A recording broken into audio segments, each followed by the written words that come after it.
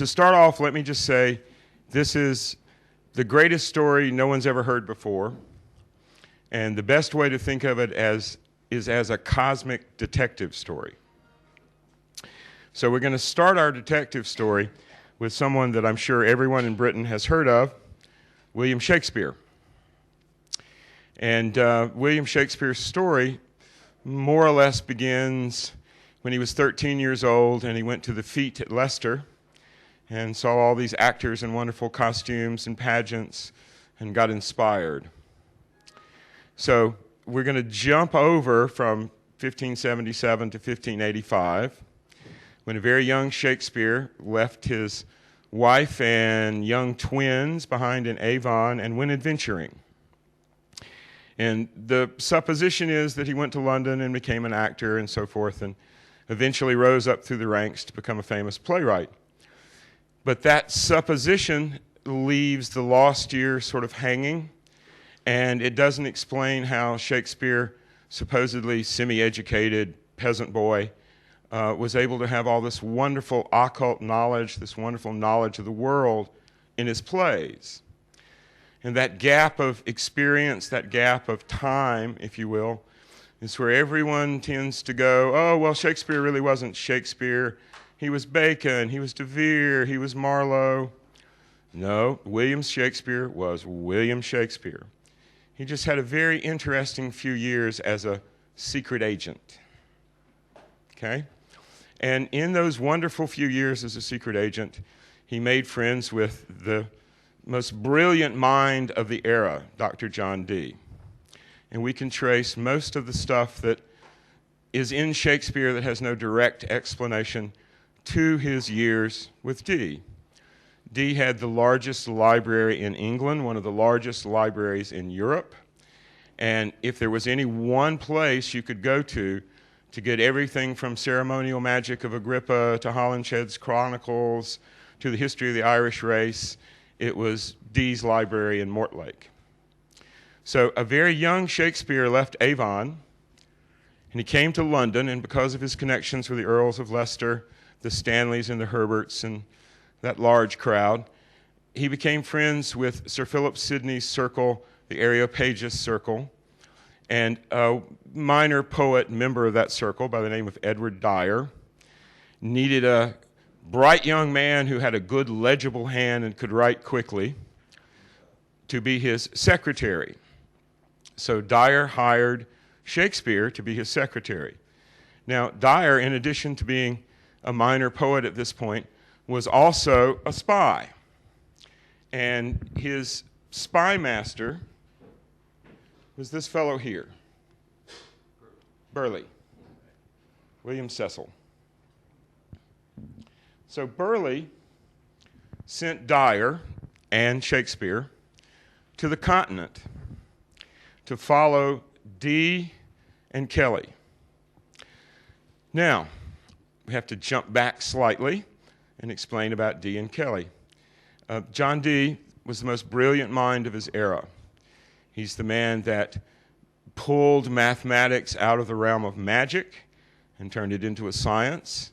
He wrote the prologue to Euclid's theorems. He created the system that we still use today for celestial navigation, which allowed the English mariners to conquer the New World, find the New World, and then conquer it. And by the 1580s, early 1580s, John Dee had mastered all of human knowledge as it existed then. And still wanting more knowledge, Dee decided that the only way to get more information was to bump it up a notch and talk to the angels. Now, in the 1560s, Dee had come across several works, one of whom was by the abbot of Spondheim, Trithemius, which codes and green language hid the core of how you do angelic communications. So Dee decided in the early 1580s that he would give it a shot, that he would talk to the angels. And pretty much as soon as he made this decision, an angel came rapping at his prayer room window, which was on what we would call in America the third floor, you'd call it the second floor, of his house at Mortlake. And lo and behold, when he went and pulled the curtains back and opened the window, there was an angel floating in the air, and the angel handed him a shoe stone, a small round globe of rutilated smoky quartz. Now, this shoe stone still exists. If you're lucky, you can go see it in the British Museum, and if you sweet talk the little lady who's in charge of the manuscript room, she may even open the case and let you touch it. Now, that's what happened to me, and I was standing there holding the stone, and she's going, "Oh, please don't drop it." And I was fighting the New Age desire to rub it on my third eye, put it on top of my head, but all I got to do was just hold it. And just simply holding this shoe stone that the angel gave Dee in 1581 triggered a whole sequence of events over the next year and a half that led to a group of us standing on a mountain in Sedona and chanting the entire Enochian corpus and watching the Ophanim, or the whirling ones, come down as big eye-filled tornadoes. It's a slightly different story. What Dee did with the shoe stone is immediately try any member of his family, anyone standing around, to see if they could see anything in it. And he didn't have very good result with that.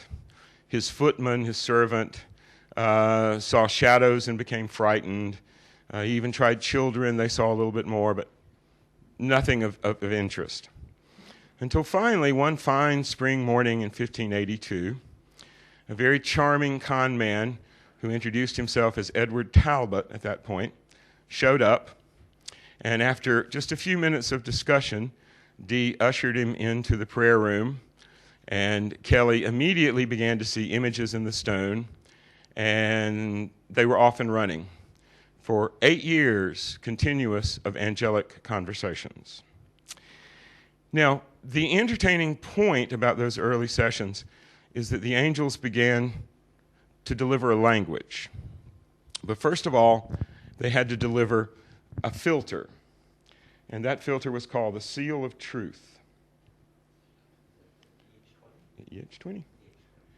And the Seal of Truth is a very interesting diagram. Dan can explain at length why the 5-7 represents symmetry angles and all sorts of truly remarkable ideas and concepts. The angels delivered this so that the transmission would be pure. And they said that not only do you need to have the shoe stone on top of the Seal of Truth, but you need to have a very special arrangement on the table under the Seal of Truth. And even the legs of the table need to be sitting on small versions of the Seal of Truth so that nothing can come through that doesn't pass through this very precise filter.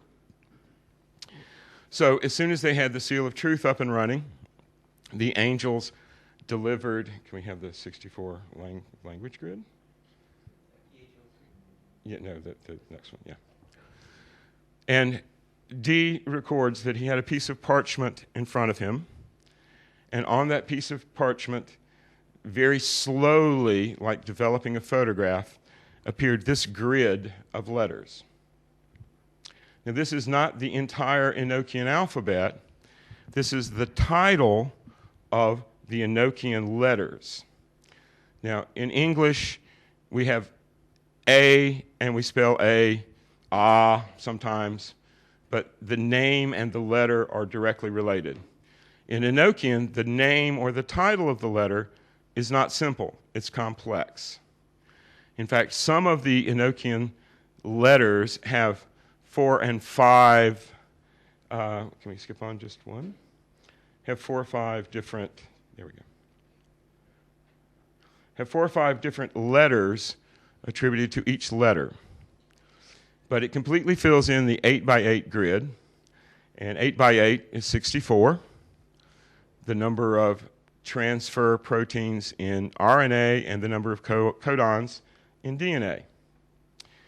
Now, this language grid was given on Good Friday, 1582, and the angels told Edward Kelly that he needed to learn this so he could read the script the next time they got together. Now, Kelly, in the beginning, was probably conning Dee, and he really probably didn't believe it, probably thought this was just a good way to get into this guy's good graces so he could sell him some spurious gold powder and some spurious manuscripts. But Kelly got tricked. And on Easter Monday, 1582, when the angels came back and said, "Can you read it yet?" And Kelly said, "No, I didn't learn it." The angels squeezed him. And Dee records that Kelly was in excruciating pain for about 20 minutes. And when he came out of his pain trance, he could read it. Now, this gives us the clue that the language itself is being extruded, is being produced by the DNA. So once Kelly could read the language, then the angels began transmitting, first of all, a series of sort of practice runs that sort of like what we call in the South speaking in tongues. It's sort of nonsense syllables. But as those nonsense syllables built up, it eventually became a language. Now we know of over 7,000 languages, of which only a handful are man-made. And those man-made languages are usually experiments or they're technical languages. But in all the 7,000 languages and all the dozen or so made-up languages, there's not one that is real, that has a grammar and a syntax that can be translated. They're all artificial. Enochian is a real language. And the curious thing is, the calls or the invocations in this language were given early on, and years passed before the angels got around to translating them. But when the angels did translate them, it turns out that it was a very coherent language. It was a language that you can, in fact, use to create other statements. Once you understand the grammar, you can actually make up your own calls, make up your invocations. It's a real language. So when the angel squeezed Kelly and extruded this awareness of language out of his DNA, it started a process. Now, about a year after the squeezing experience, a fellow by the name of Count Albert Lasky arrived from Poland, and he explained to Dee and Kelly that if you're using the seal of Amet, well, I happen to know a place where there's a real seal of Amet on the land, and that place was Prague. Now, Prague is surrounded by 7 hills, and in the very center of town, there is a pentagram formed of 5 synagogues. So the very city of Prague is an analog of the seal of truth. Now, this really got Dee's juices going. In addition to Prague was also the capital of Rudolph II, who was very much the Hermetic philosopher king of the time. And so this seemed to be the answer to a lot of situations, both spiritual and political, in the sense that if you were going to start a new Hermetic world, Prague is probably the place in the late 16th century that you'd want to start it. Basically, Dee and Kelly launched on what we'll call an apocalyptic missionary journey. And their apocalyptic missionary work was to convince as many rulers as possible that Christianity was completely defunct and that it was time for a new Hermetic, based on the work of Hermes, worldview. Since Rudolph was already very susceptible to this idea, this was very much what Rudolph believed, they expected they would get a very powerful reception in Prague. And they did. Now, one of the things that Kelly brought along with him when he showed up at Dee's door was a vial of what he thought was the powder of projection, the philosopher's stone material that would turn base metal into gold, and a very ancient manuscript in a language no one could read because it was in code, that we now know of as the Voynich manuscript. Now, Dee, of course, was fascinated with both, and they decided that this was the best way to get close to the emperor is to offer him these presents. And of course, Rudolph, loving anything that was occult and mysterious and strange, just thought this was wonderful. So that's how the Voynich manuscript ended up with Rudolph II. Now, I should perhaps talk a little bit about Dee's diaries. Dee was Queen Elizabeth's chief intelligencer. He wasn't like Burleigh, the person who ran spies. He was the person who took the information from all the spies and made sense of it. He was sort of the head analyst, if you want to think of it that way. So Dee kept a private diary, quote, quote, private diary, that was meant to be left laying around so that all the spies could read it and get the wrong impression about who was visiting and where they were going and what they were working on. And he kept a private, really private, working diary of all the magic stuff that was hidden for 60 or 70 years after his death, which would indicate that Dee didn't intend anyone to see that diary.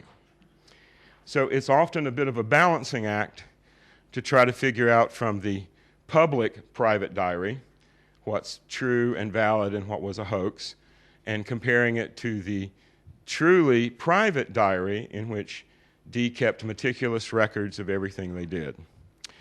Now, in looking through the private diary, we discover a series of names, and those names are all around the idea of the brothers Garland, or brothers of the Garland.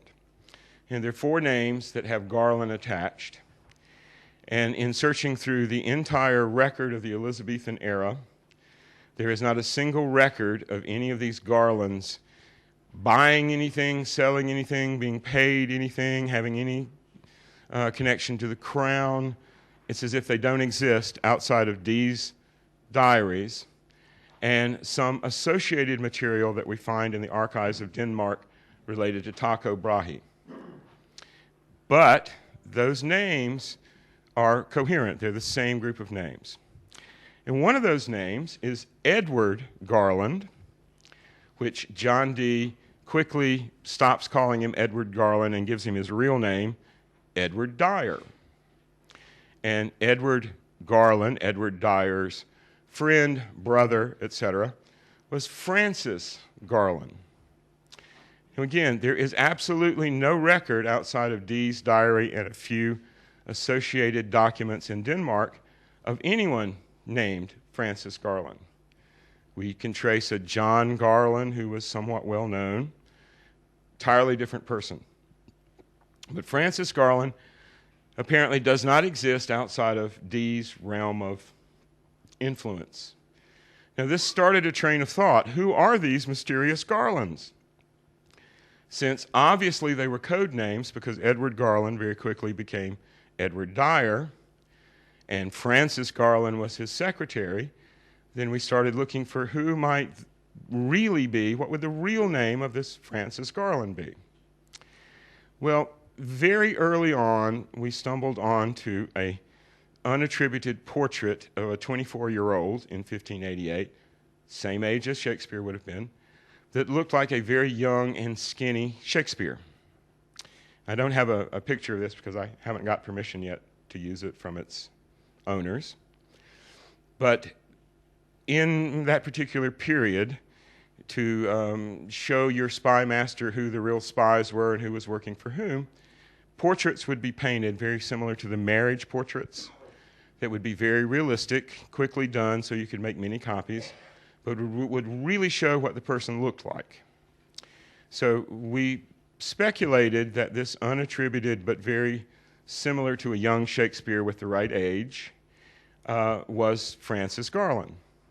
So as we began to look for Francis Garland and didn't find him, we began to cross-reference Shakespeare. And guess what? Every time we have Francis Garland showing up with Dee, there's no record of Shakespeare.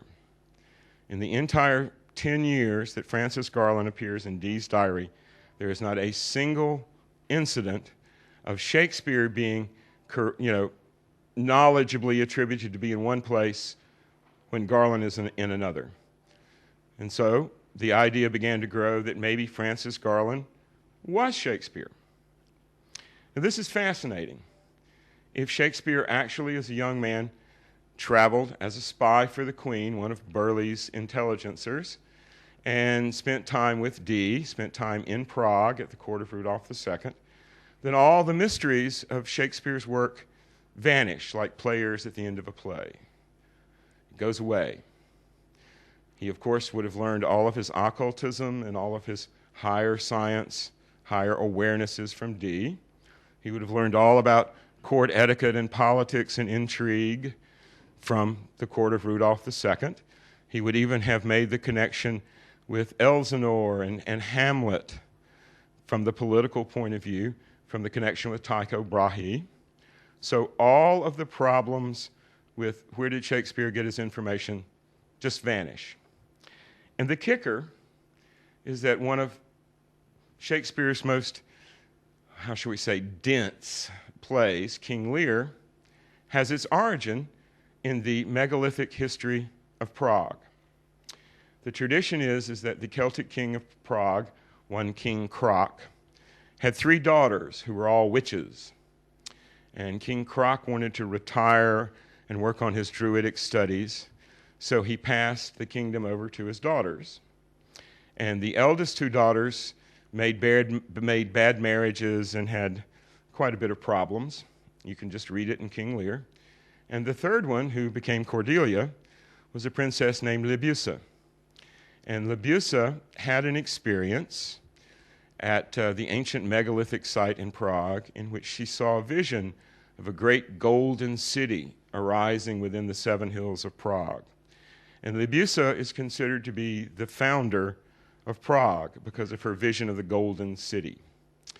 If you overlay King Lear and you overlay the legends of King Croc and his daughters, the parallels are immediate, obvious, and stunning. So not only do we have a Francis Garland that we can't contradict by saying, oh, he wasn't Shakespeare because Shakespeare was here and we say Garland's here. There is no contradiction there. Shakespeare and Garland always are in different places. If we have dates for Shakespeare, we have corresponding dates for Garland that do not overlap. We know, for instance, that Shakespeare registered his first work in 1593. 2 weeks before he registered Venus and Adonis, which is a masterful tantric alchemical poem, he was visiting, Francis Garland was visiting John Dee at Mortlake.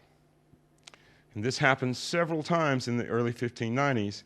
It's as if Garland was taking his works to Dee to get approval before he had them published under his real name. We actually have a poem written by Edward Kelly, and you'll notice that it's dedicated to his good friend, G.S. Now, on Shakespeare's birth record in Avon, he's not William Shakespeare, he's Guillaume Shakespeare. So anywhere on the continent, anywhere outside of England, William was Guillaume. And we even have some contemporary references to Shakespeare as G.S. or Guillaume Shakespeare from 1600, 1601, from an Italian fellow who actually saw some of the plays. So if you were going to refer to good old Will outside of England, he would have been Guillaume or G.S.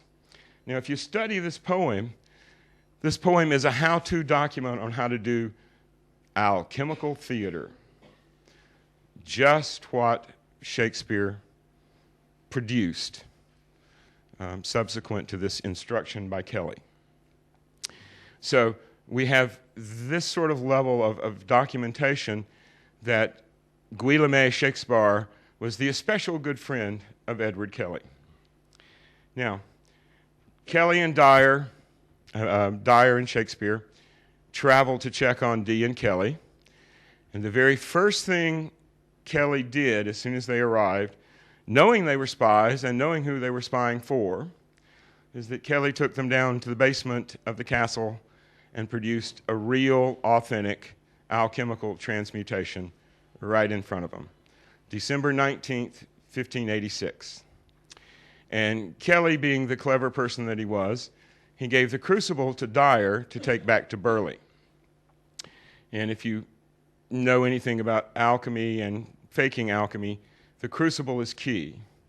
Because if you just simply have some gold in the bottom of your crucible covered by a false bottom, that's going to show up when you examine the crucible.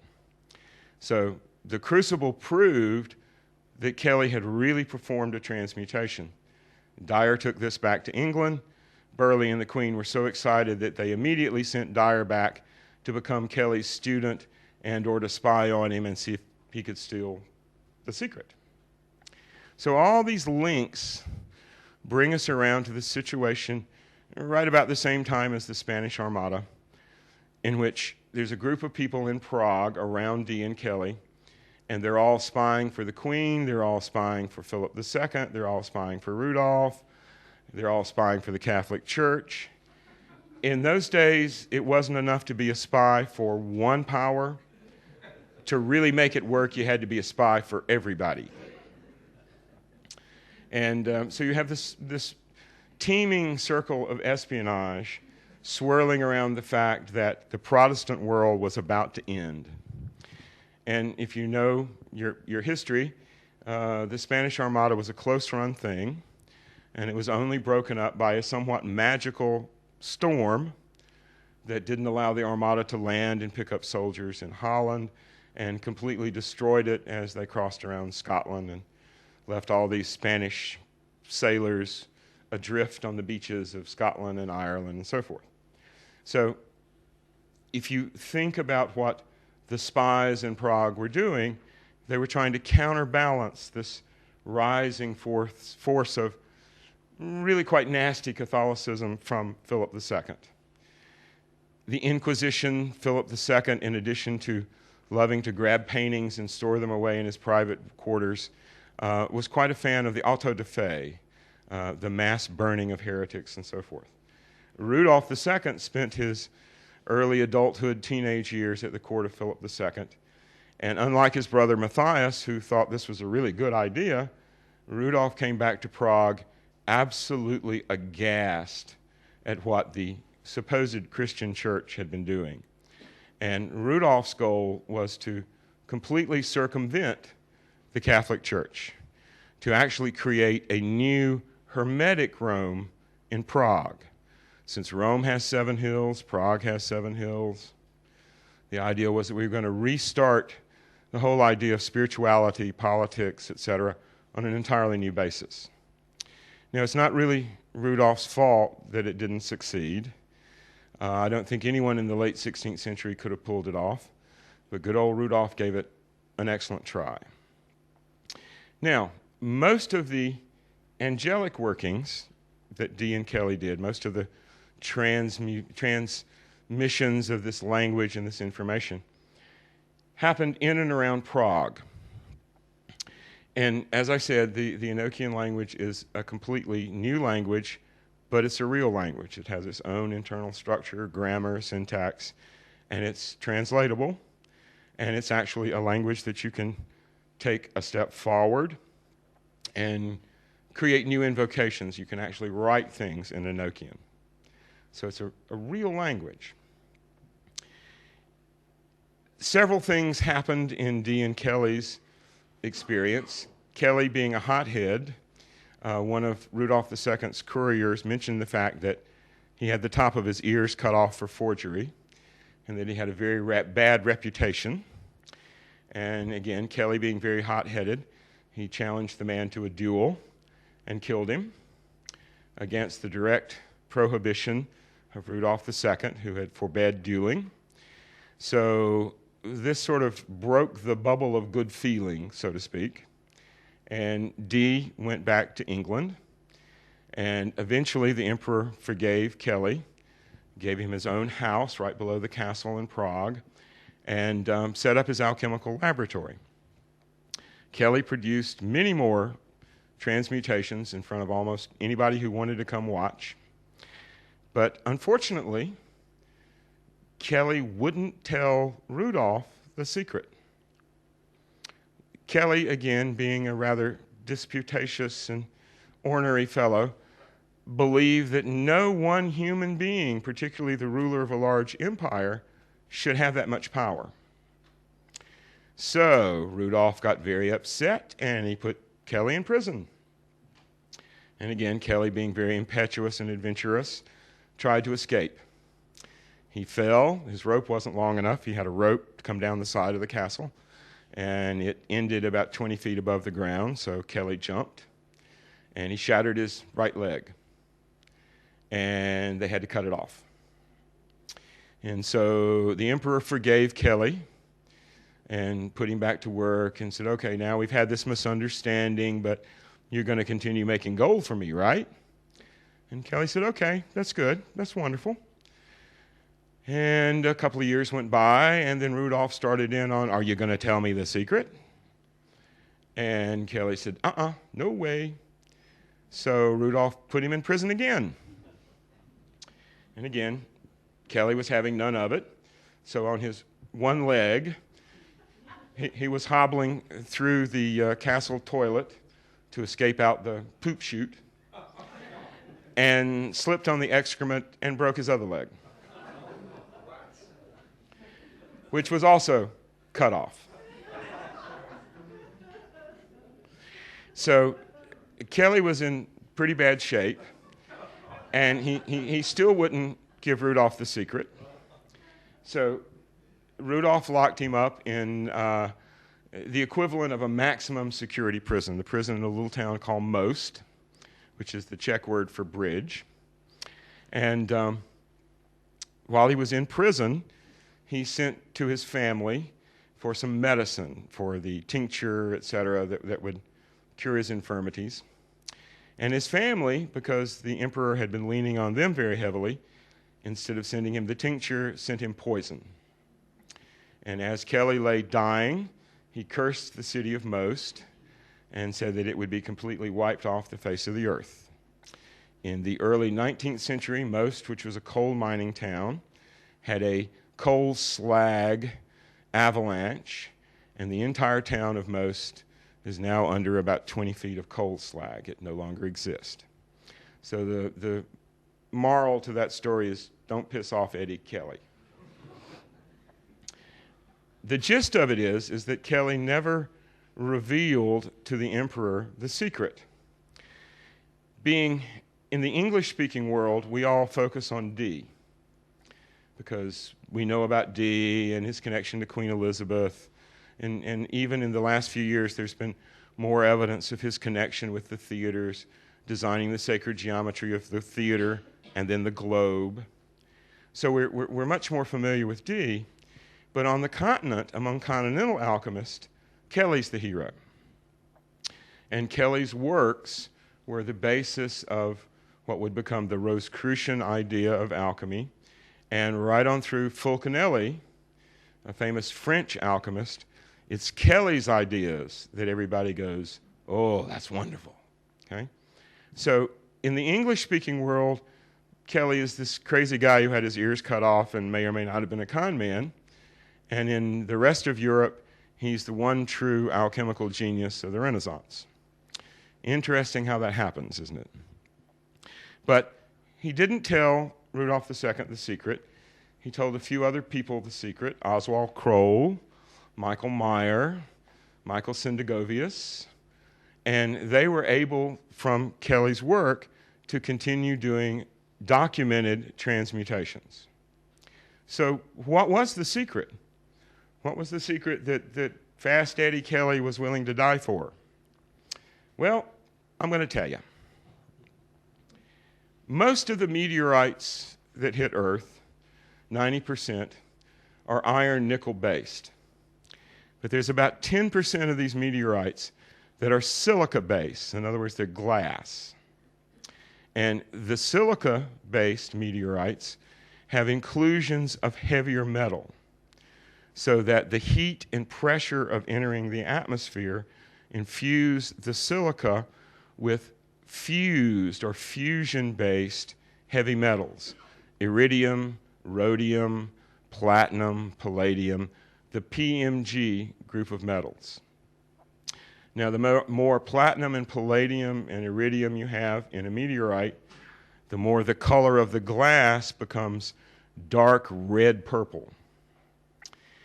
So starting all the way back at Egypt, if we just simply look for meteoric glass, then suddenly the whole secret of alchemy becomes very clear. We find in the Old Kingdom, the original early dynasties of Egypt, that there was an enormous amount of gold that seems to have no source. Unless you want to speculate that the Egyptians were sailing to North America and far distant places for sources of gold, then we have to say they made it, because there is no rich gold ores immediately in the Nile Valley. And there's no way to account for the amount of gold that the Old Kingdom used and had unless you want to speculate they got it from the Americas or that they made it. Now, one of the interesting things is that up until the 19th century, every apothecary shop in Europe had mummy dust. And mummy dust was sort of part of the universal panacea. You would eat mummy dust, drink mummy dust, and it would have a salutary effect on your immune system. It was a cure for lots of things. Now, in that mummy dust was gold dust, and a very strange form of gold, a monatomic gold that had sort of popped like a popcorn kernel. Now, no one really understood why that was or where it came from until you start looking for the origins of mummification. And the Old Kingdom started using a certain type of natron or salt that could only be found in one place in the western desert. And guess what? That's one spot where they found all the salt for mummification in the early dynasties was also the location of a yellow silica meteorite. In fact, some of the Egyptian glass, some of the Egyptian faience was actually made using this yellow meteoric glass. But as part of that meteor, there were other trace minerals. And at the center of the huge expanse where the yellow glass meteorite landed are the natron beds. So using the natron, the salt from this meteoric glass, to mummify, and then over time, the very subtle energies coming from the priests who were doing the rituals and coming from the energy of the bodies that were being mummified, it transmuted the heavier elements in the mummy, in the body, into monatomic gold, mummy dust. Now, very early on in the Old Kingdom, the sacred scientists of Egypt discovered the basic principle of how to use this meteoric glass to transform other metals into gold. Now, this idea remained, but the secret slowly over time was lost until you get to the founding of alchemy in the 1st century AD in Alexandria. They still had the principles, but they had forgotten what the prima materia was. In other words, the idea that this was connected to heavy metal infused meteoric glass had completely disappeared. So other than a few transmutation that we find in the 1st and 2nd century, there's a gap in which we don't find any documented, any really hard evidence for transmutation for roughly 800 or 900 years. Then something very curious happened. If you remember your Bible, when Abram switched from being Abram, worshiping the God Most High, which was Draco, to worshiping Yahweh and becoming Abraham, an event happened. Abraham sacrificed unto Yahweh, and through the middle of his sacrifices passed a flaming torch. And the tradition is that flaming torch is the meteoritic stone that's encapsulated in the Kaaba in Mecca. Now, in the early 10th century, a group of followers of the family of the prophet called the Fatimids, after Muhammad's daughter Fatima, came to power all across North Africa and in Egypt. And the Fatimids had a little splinter group called the Ismailis. They're still around. And they were pretty radical folks. So in the early 10th century, the Ismailis destroyed the current version of the Kaaba and removed the stone. And they gave part of that stone to the Fatimid Caliph in Cairo, and about 60 years later, the stone was put back into the Kaaba when it was rebuilt. Now, the only problem is the volume of that stone had shrunk by 60% between when the Ismailis put it out and when it was officially put back. And in the later rebuildings of the Kaaba, you can clearly see that earlier it used to be huge, and now it's really small. So what happened to the missing 60% of this extremely rich in platinum, palladium, iridium, rhodium meteorite? What happened to it? Well, apparently, the Caliph of Cairo, the Fatimid Caliph, kept most of it, and he passed it on to his son and his grandson. And his grandson, El-Harun the Mad Caliph, about 100 years before the Crusades, apparently got a little bit too fond of it and didn't understand how to work it, and it drove him crazy. And the tradition is he buried his most secret treasures under the temple, the remains of Herod's temple in Jerusalem, and walked east into the desert and disappeared. Now, one of the things El-Harun the Mad did was he declared the entire city of Jerusalem was off limits to Christians. Then a few years after his time, the Turks swept out of Central Asia, conquered the whole region, drove the Fatimids back, and they also continued the idea that Christians could visit the city, but they couldn't visit the holy places. And slowly over time, this became the cause of the Crusades. So the first crusade, wading through blood up to the horses' fetlocks, conquered Jerusalem. And the first thing the new king of Jerusalem did was install a group of very strange knights in the ruins of Herod's temple, supposedly to protect travelers, although there were only a dozen of them, so how could they possibly protect travelers? And what they really seemed to have been doing was carrying on archaeological excavations under the temple. 20 years down the line, they made a discovery. And they took that discovery back to Europe, and they collected the greatest Kabbalistic scholars of that age to analyze the find. And within 30 years, we're off and running again with authentic, validated, seen in front of everybody transmutations. So the source of these new transmutations would seem to be the information and the material found under the temple. And as we begin to track this, we begin to see that they had the prima materia, and there may even be a little bit of it left, buried under Notre Dame Cathedral. That's another story. But they didn't know how to make it. They didn't know how to get any more.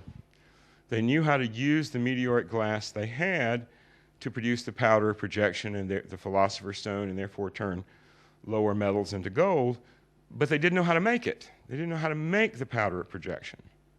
So over time, it was lost. Now, the Templars really screwed up around the year 1300. They performed a transmutation in front of the King of France and the Pope. And they gave the crucible to the Pope's assayer, his treasurer.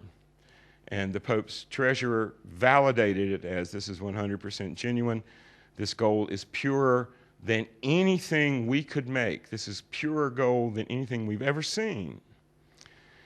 Now that sort of preyed on the mind of the King of France as he sunk deeper and deeper into poverty and owed more and more money to the Templars. How come these guys that are working for their own agenda have all this power, all this gold, and I don't? How come I have to borrow it from them? So eventually, the Pope and the King of France came up with the idea that we'll just declare the Templars illegal and we'll take the secret from them. Well, like Fast Eddie Kelly, the Templars said, and the Pope and the King of France didn't get the secret. And due to the Black Death and other things, the secret was lost until 1388, when a marvelous fellow named Nicholas Flammable discovered part of the documents, a copy of what they found under the temple. Flamel, yes. Discovered a copy of the documents that showed how to do it. And he also discovered a piece of the stone. And so we have another wave of documented, authenticated transmutations starting in 1388. And as that little piece of stone began to run out, the transmutations dropped off. So that by the time of Dee and Kelly, there were very few documented transmutations. Now, Kelly thought he had some of the power of projection when he arrived in Prague, and he very quickly discovered he didn't. Now, one of the great regrets that I have of this whole thing is that Dee's magical diary for the year 1585, in which all of the alchemical research was conducted, is missing. Whether Dee didn't keep it, he kept it in another place, and it's therefore lost, or whether some lucky person may turn it up among the debris in the British Library, we don't know. May still be there, may not. But during 1585, Kelly and Dee discovered that what they had thought was the power of projection was worthless. But they stumbled onto the fact that Prague itself was a large macrocosmic version of an alchemist crucible, and that as Michael Meyer showed in one of his drawings, that the prima materia in Prague is in the water, in the trees, in the air, in the river, in the road. It's everywhere. This is all that's left of the megalithic Prague Stonehenge that Labusa was standing at when she declared that she saw the golden city of Prague. Now, curiously enough, about 120 million years ago, a silica meteorite, roughly 70 kilometers across, smacked into Prague, smacked into central Bohemia. And it created a cup within a cup. It created the 7 hills of Prague, which are the inner crucible, and then it created the mountains that surround the edge of Bohemia. That's the outer edge of the crucible. And it vaporized. It was such a tremendous explosion that all this meteoric dust became infused into everything. And at the center of the crater where the meteorite hit, it melted the rock, it melted the granite, and condensed it. The granite in these megaliths here are of such a fine quality that I have seen nothing like it except on the inside of the king's chamber. Okay? And in these rocks, as you can see, there's a gold streak. Golden glow. This is quartz. This is quartzite. But it's quartzite that is, this is not the sun. The sun is shining in a different direction. This is literally golden quartz. So somewhere along the line in 1585, Dee and Kelly discovered that the prima materia was literally everywhere in Prague. And perhaps they even went and chipped a piece off of these stones to restart their powder of projection. Now, curiously enough, for 200 years before this time, there was this legend in Prague of the Jewish Kabbalist creating a protector for the Jewish people called the golem. And the golem was made from river mud and river sand, which is full of this meteoric glass. And through a process very similar to the energetic magical process that you do for the transmutation, the river mud sand monster was brought to life. And at the time that Dee and Kelly were in Prague, the last of the great golems was created by Rabbi Lowe. Now, Rabbi Lowe was a very famous Kabbalist, and he was also a good friend of Dee and Kelly's. And he was also one of the few Jews ever to be honored by a head of a European state. He was also a good buddy of Rudolph II. So the magical spiritual technology was in place from making the golems. You simply had to apply that to the right prima materia, and you produced a powder of projection. And then from there, it was a very simple matter. You could run down to the basement and whip it up to show visitors. to turn lead into gold.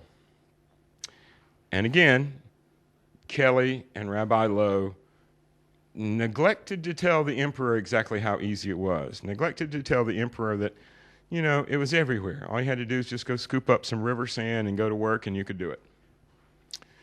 But the fact that we have a golem, and that we know from various writings that the magical Kabbalistic process to make a golem, which is that to hold the charge, you put the word Amet, same as the seal of truth, on his forehead, and that brings him to life, that animates him. And then when you want him to go to sleep, you erase the A, and Amet becomes Met, which is death, and the golem goes to sleep. Now, the story is they forgot to erase the A one night, and the golem went on a wild party like a tourist on a spree in Prague, and got very destructive. And that's the origin of the Frankenstein stories. And they had to physically stop the golem, hold him down, and erase the A to get him to go to sleep. But as the guide will tell you, at the old Jewish synagogue and cemetery in Prague, the golem's remains are still in the roof of the synagogue up under the beam, where he will still be until the next time the Jews of Prague need protecting. So when you overlap all this, it's very easy to see how Prague is sort of the jump-off point for this whole new pattern of alchemical transmutations.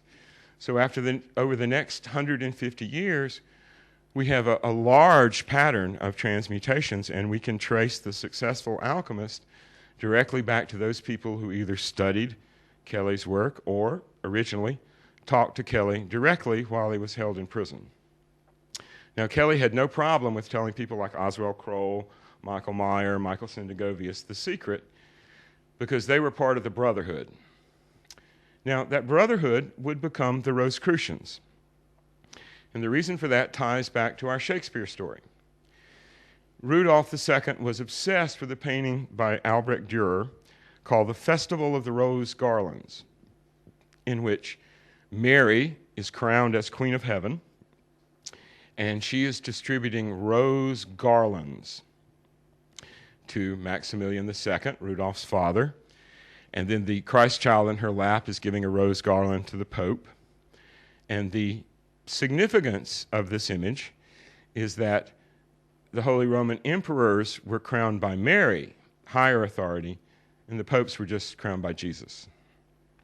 Okay? So they were establishing their primacy in a spiritual sense over the church. Now, the rose garland painting, which arrived in 1588 in Prague, and it was a big deal. It had been carried upright by teams of runners over the Alps, and it was a huge procession through the streets of Prague and up to the capital. And Rudolph had it hung at the very entranceway to his private apartments where he would see visitors. So anyone in 1588, 1586, 1587 who went up to the castle to talk to Rudolph had to pass directly under this huge painting of the Festival of the Rose Garlands. So the students, spies, associates of Dee began to call them the Garland Brothers, or Brothers of the Garland. And as we know, the Rosicrucian documents all contain Dee's hieroglyphic monad. So there's a link between the Brothers of the Garland, Dee's time in Prague, and what in a few years' time would become the Rosicrucians. And the origin point is that picture, the Festival of the Rose Garlands. So Kelly could tell the secret to people who were already in the Brotherhood, already had the high sign, because he could trust them, because they understood the mystical import of the subject. You couldn't trust an emperor who was looking out for his own political interest, but one of your magical brothers who had taken similar oaths to you, you could trust. Okay? Now, perhaps we should talk a little bit about the angelic workings themselves. Dee's great intellectual discovery, which happened in the 1560s, was discovering the idea of the fourth dimension. Now, this was a radical idea. He called it the holy grail of mathematics. Now, they didn't have any mathematical way to describe higher dimensions, so it had to be described rather poetically. But in one of the documents that we have that is attributed to Dee, we find a series of seals that, when put together properly, form a cube within a cube. And as you can see, okay. As you can see, that's the basis of a tesseract, or a hypercube. Now, this idea was sort of bubbling around in the back of Dee's mind since the 1560s. And even though he didn't have the mathematics to describe it, he realized very early on that this was the secret to higher orders of information, higher orders of learning and awareness and science. Dee was a very smart man. If you could imagine what it would take, brain power-wise, to even imagine that there's another physical dimension that we can't see, can't understand, and that it contains a right angle to every other right angle in the world, you get an idea of how smart Dee really was. Okay? So to have discovered the idea of a hypercube in a very ancient magical document just sort of blew Dee's mind. It just kicked the doors wide open to all sorts of very entertaining things. So when he began the angelic workings, one of the things he was continually looking for in the angel transmissions was this sort of higher dimensionality, this sort of higher mathematics.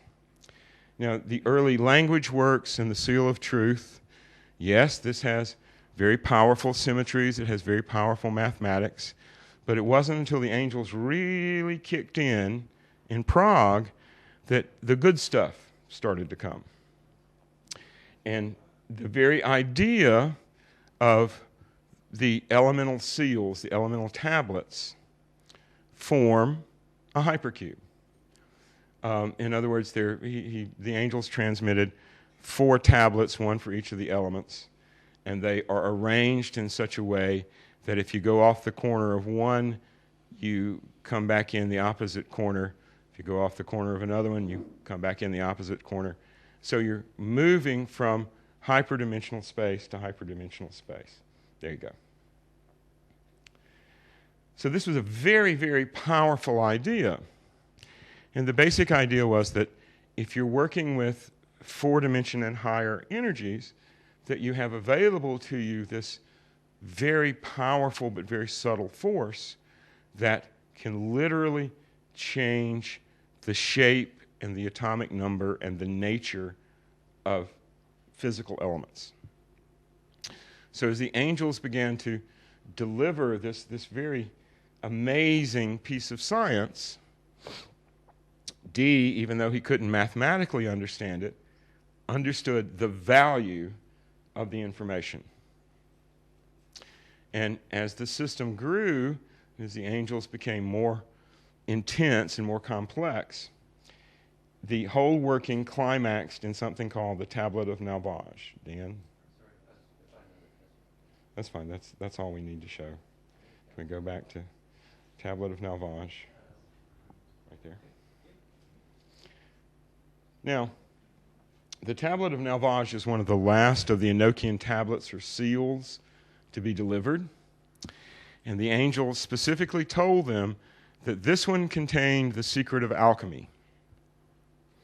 And of course, Dee didn't understand it mathematically.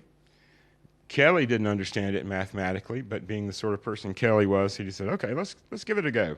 Let's see what's going to happen. And this was the basis of the science of alchemy. Now, with our more modern perspective, we can actually understand 24-cell 4D figure. It's the very first one. Top. We can actually chart the Tablet of Nalvaj and make a very complex 4-dimensional structure called the 24-cell. Now, in 3D, we have 5 platonic solids. In 4D, we have 6. There are analogs of the 5 in 3D, and then there's this figure, which is completely unique.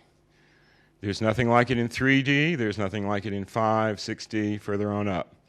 This is a 4D uniqueness. And what makes this unique is if you look at the central cube here, it's a little hard to see because it's tilted. The whole figure turns inside out through the center of that cube without distorting. In other words, it's the same on the inside as it is on the outside, and it can rotate through itself and maintain self-similarity and compression. So this is where all higher energy pressure waves nest. All of the 5 3D solids can be nested in it. All of the 12 regular Archimedean solids can be nested in it. It can generate all the lower 4D. It can generate all the higher 4D. It can also generate every image, which there's only 3 in 5 and 6D. It can generate all of those. This is literally the geometric origin of the Philosopher's Stone, as the angels told Dee and Kelly. Now, this by itself is pretty astounding, that the angelic intelligence would be able to deliver something that would take 400 years for mathematics to catch up with. Which sort of brings me around to the message. If you were a vastly intelligent, vastly powerful spiritual being or race of beings, such as the Ophanim or the Whirling Ones, and you notice these little quick, short-lived monkeys were trying to evolve, you wouldn't squeeze something physical into a tin can and throw it right below the speed of light across the galaxy. That's terribly inefficient. You would simply deliver to them something that would be really important. Now let's imagine that you're on Gilligan's Island. Anybody remember the old TV show Gilligan's Island? Okay. How many times did the professor make a coconut radio?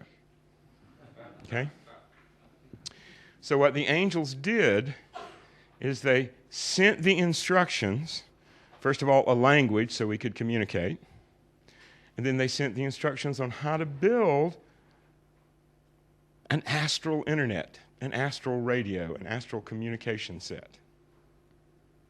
So if you were a higher intelligence and you wanted to help out these little quick monkeys down here, the first thing you would do is teach them how to communicate with you, so you could give them more instructions. You wouldn't arrive and offer them a potato pancake and blow their minds, or you wouldn't take them and give them anal probes and check their DNA. That would violate free will. Free will is a constant in the universe. But you would send to the most brilliant mind on the planet. Anyone seen the old Day the Earth Stood Still? Michael Rene? Well, remember, Michael Rene wanted to go see the equivalent of Einstein. That's right. And that's exactly what the angels did. They looked for the brightest monkey mind on the planet, and they said, here, figure this out. So Dee was able to receive all this. Kelly, being a very sharp, practical guy, was able to use some of the science without understanding it. And now, 400 years later, we have the actual math to go, whoa. Okay? Now, if we think about all the other ET, UFO encounters, the proof is lacking. We don't have any hard science. We don't have really a piece of an alien ship. You know, maybe in Area 51, who knows? But this is proof. When this was received in the 16th century, no one understood it, and no one could understand it. The math did not exist. And the fact that in the last 70 years or so, we've developed the math that allows us to understand this, it's solid proof that Dee and Kelly were actually talking to a higher order of intelligence, and a vastly higher order of intelligence, an order of intelligence that comes from different dimensions, or at least works through higher dimensions. Okay, if you go to the pentagram with the nesting, it's further down, there it is, right there. That one, no, one below it. right? Now, have you ever wondered why all the witches and all the magicians use pentagrams? What the importance of a pentagram is, right? In 4D, the analog of a tetrahedron is called a pentatope. And a pentatope is a tetrahedron with another tetrahedron stuck on each of its four faces. So there are 5 pentatopes, 5 tetrahedrons in a pentatope. Now, if you took a pentatope and tilted it properly so that you could shine a light through it from 4D down to 3D, the resulting figure would be a pentagon-pentagram. And the order in which we draw our pentagram-pentagon, according to the law of attraction and repulsion, is actually the stacking order of the angles of the tetrahedron. So that when we draw an invoking pentagram, we're bringing energy from 4D into 3D, and when we draw a banishing pentagram, we're sending the energy of 3D back into 4D. In other words, unmanifest, manifest, manifest, unmanifest. And as you can see from this diagram, each of the shaded regions, they're shaded to give you the idea of how the tetrahedron is stacking. But if you stack them properly, this is what you form. Okay, there's the pentatope. So when you're drawing a pentagram in the air or using it as a sigil, you're ordering energy from higher, more subtle four-dimensional energy down into 3D, and then taking whatever energy you like from 3D and bumping it back up to 4D. Now again, this is a traditional method of doing very complex science that we only begin to understand now. And one of the basis, the basis of this science could not be clearly understood until we had a formulation of a mathematical fourth dimension. But every witch worth her salt knows how to use the pentagram. Okay? Can you show us again the order there? Go back to the order, Dan. Yes. He wants that one. Well, these shaded pieces, this is banishing, this is invoking. So the order in which you stack and draw these lines that outline the edge, that forms the invoking or banishing pattern of the pentagram, moving it from 3D up to 4D. Okay? How are we doing on time? About 10 minutes? Okay. You want to do the centrifugal about banishing? I don't want to really get that deep into it. Let's go on with the ETs. Okay. Click on that one. Yeah, that project tree, the one right above it, right there. Now, how do higher order intelligences in the galaxy know where we are? It's because the Earth has a zip code. And that zip code is based on your good old Kabbalistic tree of life. If you take a tree of life, we lost it. Okay. That's interesting. Yes, there you go. If you take the tree of life and you project it outward onto a sphere roughly 1 light year in any direction from the sun, you get in one direction something like this. Now imagine that we're filling this in all 4 directions so that the central pillar of the tree is unique and the side pillars overlap, and we have 26 circles. Okay, and if you can go to the other one. No, it's further up. Yes, that one. Yeah. It's hard to see without my glasses. There you go. Now, this is the northern hemisphere. This is the southern hemisphere. And if we just simply from Earth diagram this pattern, there are stars in each of these circles. Now this circle right here is at the ecliptic, north pole of the ecliptic, and it appears from our telescope-based ideas that there is no star there. However, in the last 20 years, we've discovered, deep space astronomy, that there is a star right in the center. And that's in the coils of Draco, in the very still point in the center of Draco. And it's a very long way away. And the science fiction inspired scientist who came up with it as a joke, sort of, I'm at my most serious when I'm joking, the angel says, named it Arrakis, or Dune. Funny people. So these, where the 6 are, those are the bright stars that are attributed to the cherubic beings. They're Regulus, Vega, etc. Those are the bright stars that are right on the ecliptic, right on the equator of the zodiac. And then there are stars in each of these other locations. Okay? And if you simply want to find Earth, then you find where all those stars come together. So Earth's zip code, in a galactic sense, is this projected tree of life.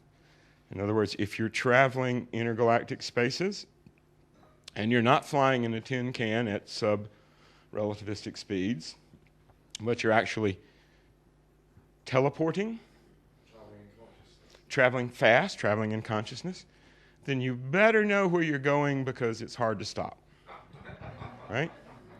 So in your little personal teleportation spaceship, you plug in your zip code and hit the go button, and boom, you're 1 light year off of the sun.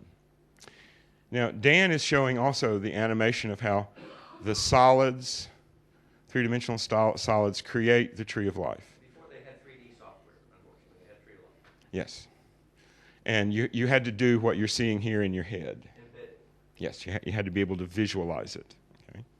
But you'll notice that the top part of the tree, which corresponds roughly to the northern hemisphere, is a dodeca. So the reason why our planet is so hemispheric, north, south, east, west, one has more water, one has more land, etc., it's because of this kind of growth quality, okay? And it's a very special little cocoon we live on in a very special little place. And because we have all of these subtle geometries that we now read as ley lines, and because once upon a time we were smart enough to intuitively understand all this, and perhaps once upon a time, if you went and stood in the right spot, you had access to the control panel of Spaceship Earth, and you could just simply pop over to the next star system. Okay? You can make one of these with current astronomy software for any planet in our local, say, 70 light-year little group. I have a program called Redshift that will show you the stars from any of the local star systems, and you can therefore determine the zip code for any of those stars in our little local star system. No, that's fine. So, to sort of wrap it up, angels are not cute little funny things that the New Agers go, oh, isn't that sweet? Can we flip to the eye in the tornado? Yeah. They actually look like this.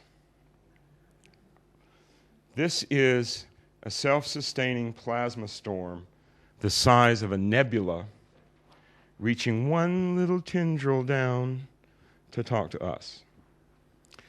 If all the fuzzy, warm people who go, oh, I want my own little angel, could actually see an angel, they would run screaming from the space. Okay?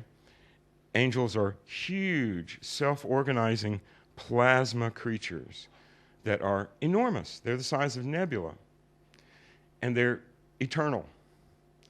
If you get your plasma organized into this kind of tornado, you never die.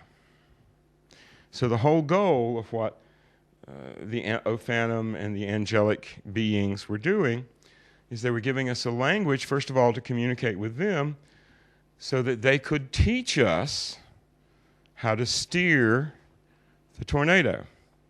Okay, click to the explosion. Yeah, this one.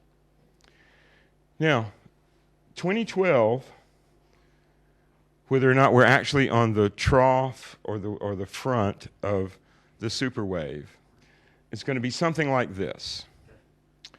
An enormous amount of energy and plasma coming out of the center of the galaxy, and it's not going to have a good effect on us unless we've actually been able to learn to talk to these large, organized, angelic beings who will then give us instructions about how we take care of or transmute these frail little meat sacks we live in into something that can actually survive the tornado. Now, with that in mind, Dan and I are proposing a Calling All Angels project between now and 2012. At the moment, there are less than a dozen people on the planet who have any understanding at all of the Enochian magic of Dr. Dee. And I really wouldn't trust but about half of those dozen.